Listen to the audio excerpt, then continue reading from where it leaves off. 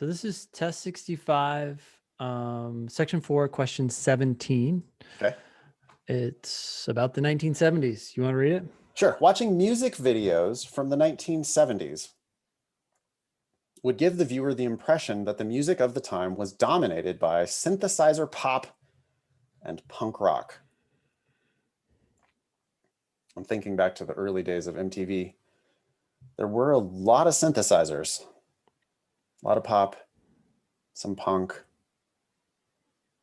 But Wait, hold on. Before you even go there, I'm Yes. already anticipating. This person said Totally. they would give the viewer the impression Yep. that the music of the time was dominated by synthesizers. I can't even say it. Okay. Well, if you're saying they would give the viewer the impression, I'm assuming, I don't know yet, I'm waiting for you to say it, but I'm assuming you don't think the music actually was Yep. dominated. Really common passage type in logical reasoning, and also pretty common pattern in reading comp. They show up talking about somebody thinks this, or conventional wisdom says that. Mm-hmm.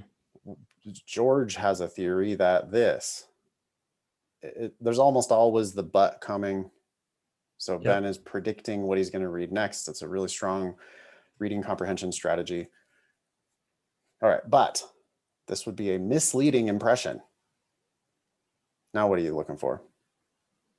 Okay, that's the conclusion. It's not actually the case that they were dominated by synthesizers. How do you know that's their looking, conclusion? because they told me what someone else thought, and now they're saying that that's wrong. And so I would expect there to be evidence to support that. If there Right. So wasn't, you don't. then Yep. yeah. I want to be clear that you don't know 100% for sure that that's their conclusion, because you haven't seen any evidence yet.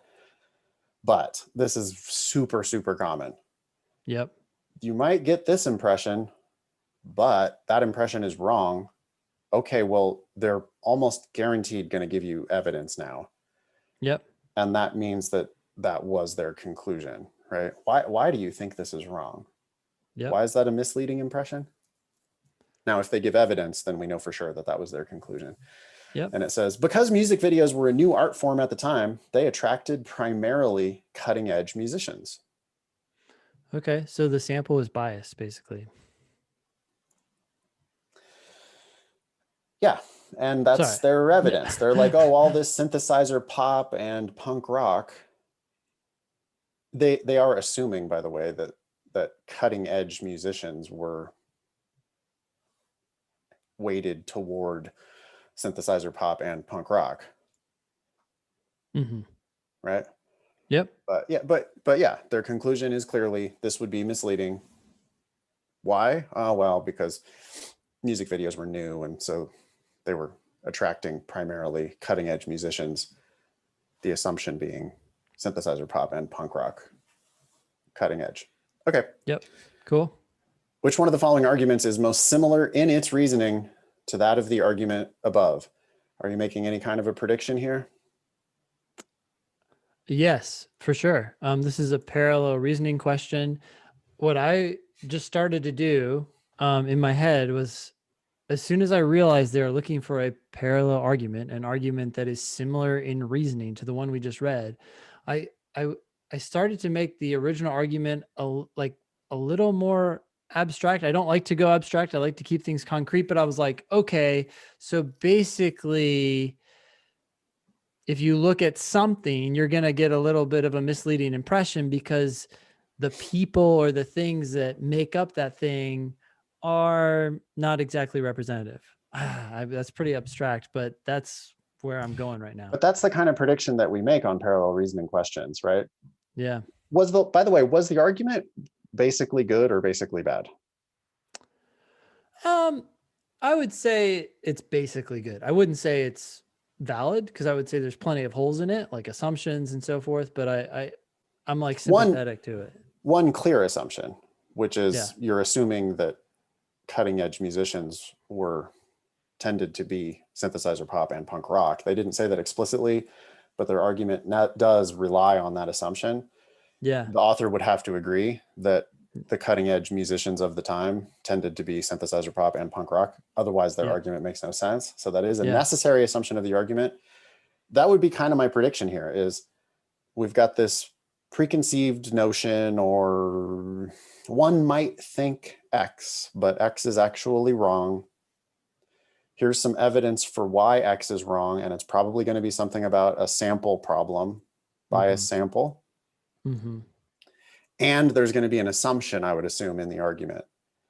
You know, like a pretty clear, well, if we assume this, then yeah, I can see how the sample is biased. Yep. Okay. A says, our view of pre-printing press literature can never be accurate. I don't like the never in there. Well, I think it's already conclusively wrong. I mean, I might continue reading it just to be sure. Yeah. But the conclusion of the given argument wasn't, we can't ever possibly know something. Yeah. Rather, it was, be careful because we could be wrong about this thing. Here's some other evidence we need to consider. Yeah. It's not like, well, we can't possibly know what pre-printing press literature was. Yeah. Anyway. Or what the makeup of the 1970 videos, or not videos, but music actually was. Yeah. Yeah. We can't possibly know what the music of the 1970s was. Yeah. Okay. Our view of pre-printing press literature can never be accurate because the surviving works of ancient authors are those that were deemed by copyists most likely to be of interest to future readers. I can see people picking this. It does have the bias sample problem. But it doesn't, I just don't think the conclusion matches, which is why I didn't even want to keep reading A to begin with. Yeah. Right? The second they said, our view of pre-printing press literature can never be accurate, I was like, whoa. No, I agree. A is saying you can't know. The passage is saying watch out. Yeah, the passage is saying, hey, you might think this, but actually there's a bias problem there. It's not saying we can't ever figure out what the music of the time really was like. Yeah. Which it would have to have said that in order for A to be correct. B says, our memory of 1960s TV shows could hardly be improved. That's the same problem. Because many of the television programs of the era are still rerun today. So they're saying, hey, we know everything about the 60s because we still see those shows. That's not what that's not at all what we were looking for. Yeah. C, future generations' understanding of today's publishing trends will be distorted if they judge by works published in CD-ROM format. Seems good so far. Okay. Since it is primarily publishers interested in computer games that are using CD-ROM. We have a bias problem too. They're going to be populated primarily with computer games, and that's not representative of today's publishing trends. When was this test administered? Test 65 isn't that old. I mean, yeah. It was probably laughable that anybody would be publishing on CD-ROM even when this test was published, but the LSAT is kind of stuck in the mud a lot of times. Yeah. I like this answer. We do have a, hey, careful. If you just look at CD-ROM, you might get the wrong impression. Why? Well, because people who publish in CD-ROM are biased toward computer games. The assumption of this argument is that the publishing trends of the time are not biased toward computer games to begin with.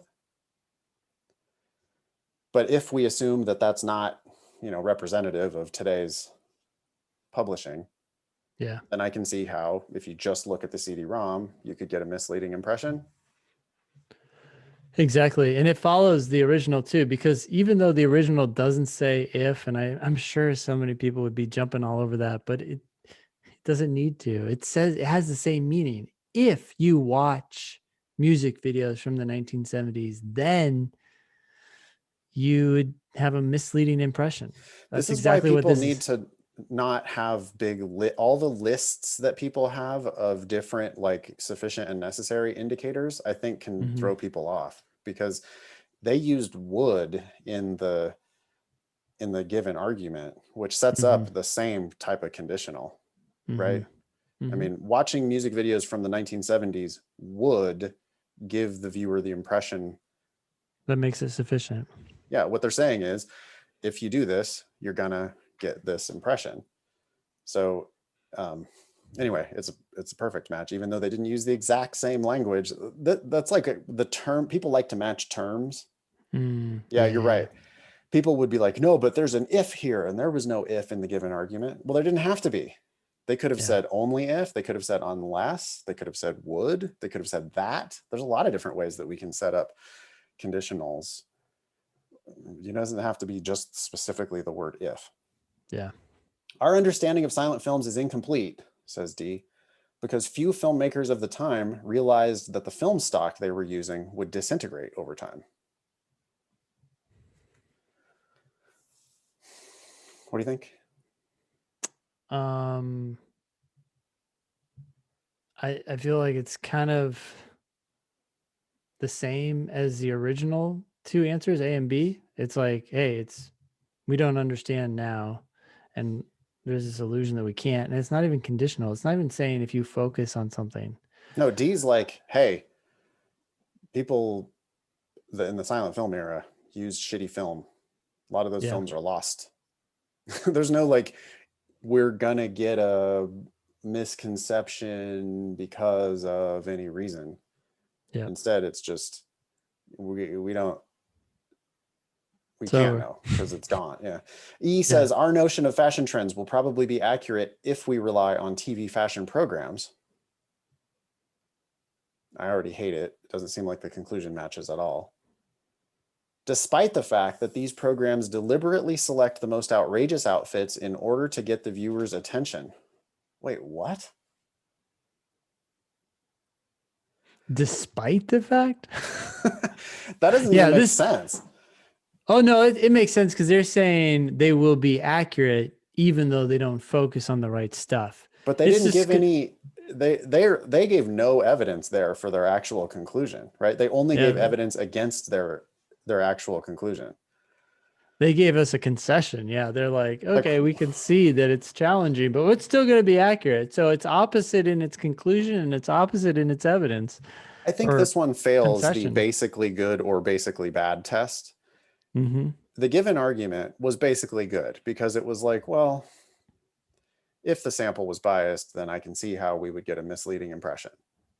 Yeah. E seems basically bad. Like, wait a minute, the programs deliberately select the most outrageous outfits in order to get viewers' attention, but nonetheless, our notion of fashion trends will probably be accurate if we rely on these TV fashion programs. Why? Right? I read the given argument and I basically understood it. I read C and I basically understood it. I read E and I go, what now? Why? Yeah. Where's your evidence for that? E's out, and the answer is C. Anything else you want to say more about this? I really think one of the best tips we can give for parallel reasoning questions is to do that rough thumbs up, thumbs down at the top. Because you can really quickly get rid of wrong answers. Just not even consider an answer that might be like, in form, it might be similar. In structure, right? Even in keywords, it might be similar. But if it's a bad if the given argument basically made sense and an answer choice basically doesn't make sense, then I don't care how similar the form is. It's just not going to be the right answer. Or vice versa, right? You're like, there's an obvious flaw and you're looking at an argument and like, this one's actually pretty good. Okay, well, then it's out. So people all the time waste time on wrong answers. They're like, well, but it said would, and this one says would, and it said if, and this one says if. And so it's a perfect match. And I'm like, dude, the given argument didn't make sense. That answer choice that you're about to pick does make sense. I don't give a shit how similar they are in form or structure or specific words. This is a good argument. This is a bad argument. That ain't the right answer. Yeah. Cool.